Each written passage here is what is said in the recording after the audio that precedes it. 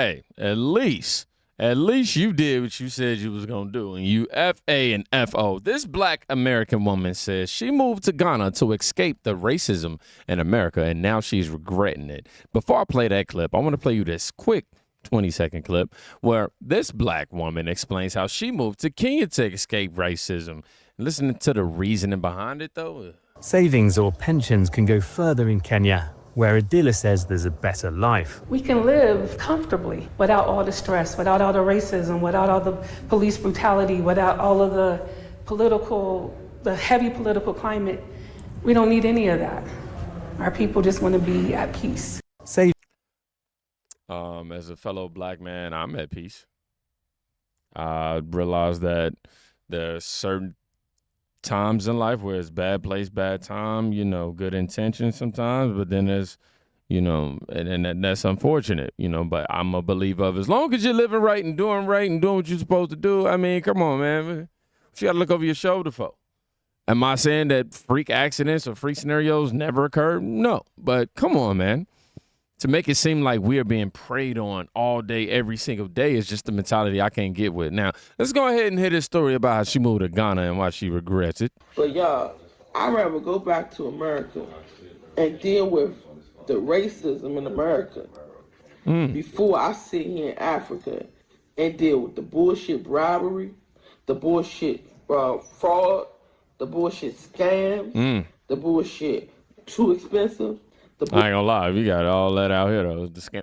Did you get a scam call today? I average at least 3. But shout out to Aura. Bullshit not having no snacks, the bullshit not having no food, the bullshit electricity, the bullshit hot water, the bullshit what's that shit called that be coming down? The bullshit animals, it's scorpions outside the house, it's big ass spiders, it's big ass lizards, colorful lizards you ain't never seen before, all in the fucking room with you, sleeping with you, all the bullshit people trying to scam you when you go outside thinking you rich, so they trying to get more money off of you. I'm really trying to wrap my head around this shit. I'm really trying to wrap my head around how are Americans coming to Africa and being happy. Please comment down below, because for me, I'm ready to go. And I always used to say, if it's up to me, it will be. And I'm going to go out to Africa and make shit happen. No, I don't want to. I want to take my businesses back to America. I want to open up shop back in America, open up my dentist office, and all the stuff that I was going to do out here in America. Steady electricity. And the only time our electricity get cut off is when we don't pay the bill. And we got it so good now, we got prepaid electricity. So if we forget to pay the bill, we put some money on that prepaid thing, and it comes right back on in 2 minutes. In less than 2 minutes. This shit right here didn't come on for 14 hours yesterday. I can't deal. I love the people. Don't get me wrong. When I'm outside, I'm having fun. I love people. But when I come back to reality, when you come back home, home is where the heart is, right? When you come back home, you're supposed to feel comfortable. You're supposed to be happy. I'm not happy. To live in a house where you look outside and all you see is turkeys and ducks and chickens and sheeps and old malnourished cows. She started going in right there at the end. She's like, look, I'm saying this, I'm saying that. But hey, this is why I'm of the belief that you got to appreciate where you are. And that's especially when you're in America, because we live so privileged in so many different ways. Like she talks about the lack of electricity or the balance of it all, the consistency of it all, talking about, the animals are different, the climate is different, the level of scamming I guess she's dealing with is different. And don't get it twisted. The things that she described there, minus some of the animals, maybe, hopefully, aren't necessarily exclusive to what to where she's at. However, what she's saying is, look, y'all, in America, I was able to do this, I was able to do that, and I'm willing to go back for this and that reason. I thought I was going to come here and live out the dream, but it's not what I thought it was cracked up to be. I mean, for some, it may. Some people might go out there, but to go out there under the impression of just, I don't know, she didn't state it explicitly, but I don't know if it was because of Donald Trump. I don't know anything outside of this video that we just heard, but I'm assuming if she did go because of Donald Trump, we can at least give her for actually sticking to the code, because, there's a lot of Democrats who said they was going to do it, but didn't. Somebody said really thought Wakanda was waiting for her, and blackness was the Lord's blueprint for everything. Reality wears spike boots, girl.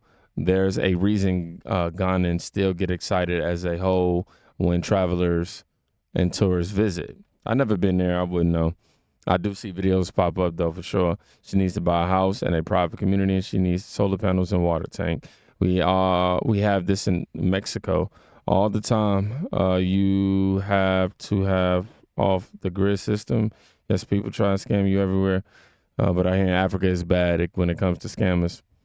Yeah. You had me at the bullshit, not having no snacks. Oh, man, I love me a good snack now. It reminded me of a video that we actually played in the past that I want to get to. I'll play it in a second. But I want y'all to see this from Callie Fontaine. I'm sorry, I completely butchered her last name. Fontanilla, I believe that's how you say her name. However, let's go ahead and check it out. Here's an example of someone who hates white people. And yes, anti-white racism is on the rise in America. Oh, and she works at Hollister Company. Here's what she said about Austin, the white teen that was stabbed and killed. Well, we both got an eye for an eye now. Go dig Austin up because we smoking on that Austin pack. And this is what she said to my friend who I personally know. I actually watch her kids. You replied to my comment, but not the white man. Figures go yourself, cracker. And she also called her a mayo monkey. Left-leaning Black America is allowed to be completely racist without any consequences. Imagine if this was a white person treating a Black woman like that. Immediately fired from their job, canceled from society. Hollister Company, are you paying attention? The point of this is, in today's society, for whatever reason, man, we're perpetuated this racism narrative that somehow Black people are being preyed upon on a consistent basis. And I don't deny that there may be people out here with some sort of hatred or elevated hatred who want to cause more than just comments.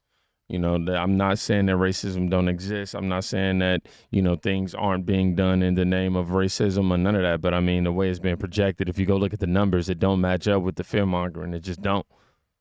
It don't. However, if you look online, if you look even in conversation, approved racism towards white people is something that's all too common. White people this, white people that, white people this, or you this, that, you that. Now, the most damning evidence against the Democratic Party is the fact that atheism, secularism, Darwinism, Marxism, and eugenics are the psychological foundation of institutionalized and systemic racism, and the DNC is still the official sponsor of that foundation. Peyton Jackson, I was born Black, not Democrat. When I first announced my run for Congress, I had this random white woman, liberal, walk up to me and ask, well, what about you isn't Democrat?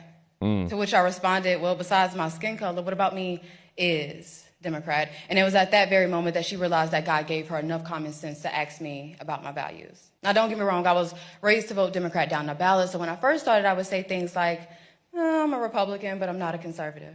But now I know all too well I am a full-fledged, hardcore conservative, and I'm proud of it. I mean, my favorite saying is I was born Black, not Democrat. But in all seriousness, whenever I began to think for myself politically, the choice was easy. I mean, why would I want to belong to a party whose mission is to infringe on the Second Amendment as if a criminal would ever participate in something like a mandatory buyback? Why would I want to belong to and endorse a godless party? Because there is no such thing, and I mean no such thing as a trans child. We have confused children and sick enabling adults. Why would I want to belong to a party that takes pride in shedding innocent blood? Number one, as if that's not what God hates. Number two, as if there's not a black market for baby organs. And number three, as if abortion clinics didn't start in the hood. Because if you think Trump is bad, you should research exactly who Margaret Sanger was. But speaking of the Black community, why would I want to belong to a party who's responsible for the foundation of the Triple K?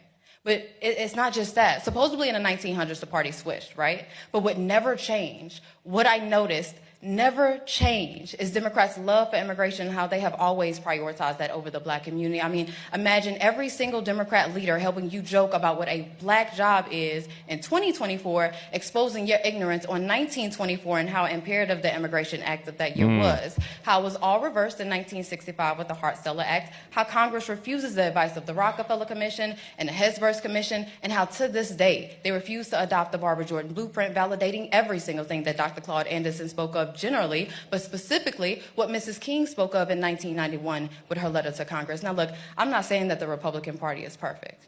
No, nobody's perfect. What I'm saying is I side with Malcolm X when he said that the liberals were the worst thing that could ever happen to the Western Hemisphere, but y'all ignore that, just like how y'all ignore LBJ saying, and I quote, "I'm going to have Negroes voting Democrat for the next 200 years, and by God, 60 years later, I see no sign of recourse, but rest assured your vote is your voice, even if it is a whisper."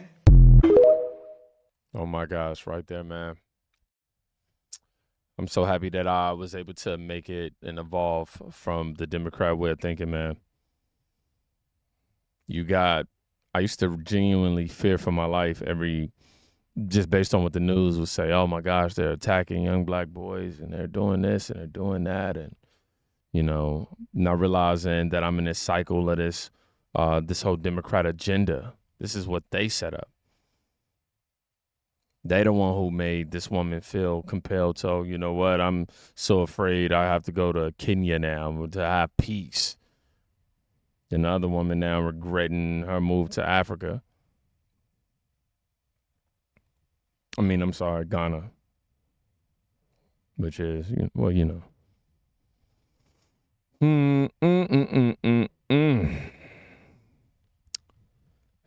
Yeah, man. I guess she's saying Wakanda sucks. What she's saying. I ain't never been, but I feel like all Americans should have to visit a third world country, a third world nation, and just see so you can realize just how blessed we truly are.